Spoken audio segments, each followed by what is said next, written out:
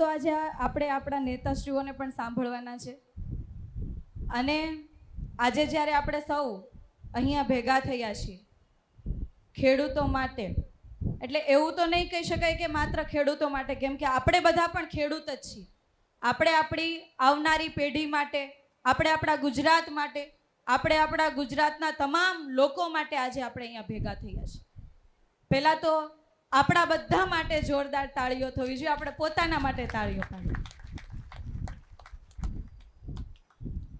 આજે આપણા ગુજરાતની અંદર હરેક જગ્યાઓ પર તમે જ્યાં જોશો ત્યાં સોશિયલ મીડિયાની અંદર જુઓ તો ખબર પડે કે નાના મોટા ક્યાંક ને ક્યાંક આંદોલનો ચાલે, ક્યાંક ને ક્યાંક વિરોધ પ્રદર્શનો ચાલે. કોઈ કલેક્ટરને આવેદન આપે છે, કોઈ મોરચો લઈને જાય છે, કોઈ સોશિયલ મીડિયાની અંદર પોતાનો રોષ ઠાલવે છે.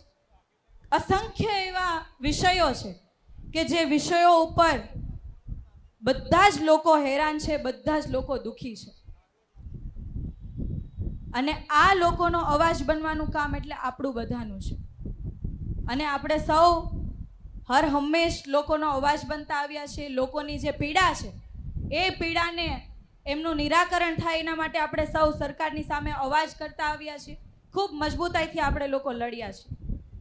આજે સમય છે કે જે આપણા ખેતરોને જે લૂંટવાની વાત છે, કંપનીઓને આપવાની વાત છે, અને એની સાથે સાથે તમામ લોકો ઉપર જે દમન થઈ રહ્યું છે, દાદાગીરી થઈ રહી છે, આ દાદાગીરી, આ દમન આપણે અંગ્રેજો વખતની લડાઈ નથી જોઈ, પરંતુ જ્યારે ભણતા હોઈએ, જ્યારે એ ઇતિહાસના પાના ખોલીએ ત્યારે એ ઇતિહાસના પાનાઓની અંદર આવી જ લડાઈઓ હતી. જ્યારે અંગ્રેજો સામે અવાજ કોઈ ઉઠાવે તો એમને જેલમાં પૂરવામાં આવતા. અંગ્રેજોની ખોટી નીતિઓની સામે જ્યારે અવાજ ઉઠાવવામાં આવે તો એને જેલમાં પૂરવાના, એમને મારવાના, એમની હત્યા પણ થઈ જતી. આવી ઘટનાઓ આપણે જોઈ છે. આપણે ઇતિહાસના પન્નાઓ ફેરવીએ એટલે આપણને ખબર પડે કે આપણા પૂર્વજો સાથે શું શું થતું હતું. અને ગુલામી એટલે એનો મતલબ જ એ છે કે ખુલીને આપણે કોઈ વસ્તુનો બોલી ના શકીએ. કઈ ગમે એવી નીતિ હોય, ગમે એવું ખોટું થતું હોય, પણ બોલી ના શકાય. એટલા માટે અંગ્રેજોની સામે આપણે લડાઈ લડી હતી, આપણા પૂર્વજોએ લડાઈ લડી હતી અને આપણને સૌને આઝાદી આપીને ગયા. અને આજનો આ સમય છે કે ભાજપની સામે અવાજ ઉઠાવીએ તો જેલમાં પૂરી દેવાના, ભાજપની સામે અવાજ ઉઠાવવામાં આવે તો મહિલા હોય, બાળકો હોય, વડીલ હોય, કોઈ પણ હોય, એમના ઉપર લાઠીચાર્જ કરવાનો, એમને ડરાવવાના, એમને ધમકાવવાના, આ બધું જ ચાલે છે.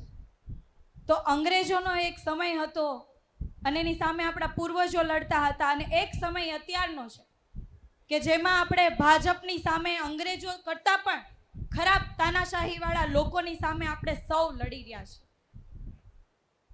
ગઈ ચૂંટણીની અંદર આપણા કેટલા બધા કાર્યકર્તાઓ, હોદ્દેદારો ઉપર ખોટી ખોટી ફરિયાદો કરવામાં આવી કે ચૂંટણી ના લડી શકે, ચૂંટણી લડતા હોય એમને મદદ ના કરી શકે. અનેક પ્રયાસ આમ આદમી પાર્ટીના કાર્યકર્તાઓને રોકવામાં, અનેક પ્રયાસ આમ આદમી પાર્ટીને રોકવા માટેના કર્યા. શા માટે? કારણ કે આપણે સૌ આપણા ભવિષ્ય એટલે કે આપણા ગુજરાતના ભવિષ્ય માટે ચિંતા કરીએ છીએ અને આપણે સારા ભવિષ્ય માટે, એના નિર્માણ માટે આપણે સૌ એક થયા છીએ અને આ તાનાશાહોની સામે લડી રહ્યા છીએ. અત્યારે 2 દિવસથી સમાચારની અંદર ચાલી રહ્યું છે અને ભાજપના નેતાઓ પણ મીડિયાની અંદર બોલી રહ્યા છે કે અમે ખેડૂતોને ડબલ વળતર મળે એવી નીતિ બનાવી છે, ડબલ વળતર મળશે, ડબલ વળતર મળશે, ડબલ વળતર મળશે. પણ એક પણ નેતાએ એવું નહીં કીધું કે જેતપરની અંદર જે ખેડૂતો ઉપર લાઠીચાર્જ થયો તો એમને ન્યાય મળશે. જેતપર ગામે જે મહિલાઓ ઉપર લાઠીચાર્જ થયો હતો એમના વિશે કોઈ બોલ્યું નહીં બોલ્યું. ખેડૂતોની માંગણી શું હતી અને એની સામે શું શું માંગણીઓ સ્વીકારાય એ બાબતે કોઈ સ્પષ્ટતા કરી નથી કરી. સરકારની અંદર જેટલા અત્યારે અલગ અલગ પ્રકારના નીતિ નિયમો, અલગ અલગ યોજનાઓ જે આપણે જોઈએ દેખાવની અલગ હોય ને રિયાલિટી અલગ હોય. અને સેમ અત્યારે જે જાહેરાત કરી છે એ જાહેરાત પણ એવી જ છે કે અત્યારે જે પ્રમાણે આખા ગુજરાતભરની અંદર ખેડૂતો જાગૃત થઈને અવાજ કરી રહ્યા છે, આંદોલનો કરી રહ્યા છે, ન્યાય માટેની માંગણી કરી રહ્યા છે, એ કઈ રીતના અટકાવવું, કઈ રીતના આંદોલનો પૂરા કરવા, એના માટેના પૂરેપૂરા પ્રયાસો કરવા.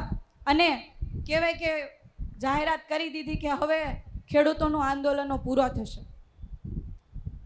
અને જ્યારે આવા આંદોલનો ગુજરાતભરની અંદર અલગ અલગ વિષયમાં થતા હોય, આજે તમને મને આપણને સૌને એક અનુભવ હશે કે જ્યારે કોઈ આંદોલનો થાય અને એ આંદોલનમાં આપણે જ્યારે પાર્ટિસિપેટ કરીએ, આપણે પણ ન્યાય માટે આપણે એમની સાથે જોડાઈએ, અવાજ બનવાની ટ્રાય કરીએ, પ્રયત્ન કરીએ, ત્યારે આપણને શું કહેવામાં આવે છે કે અમારે આ આંદોલન નોન રાજકીય કરવાનું છે, રાજકીય લોકોએ આવું નહીં. અને આવું કહેવાવાળો વ્યક્તિ કોણ હોય?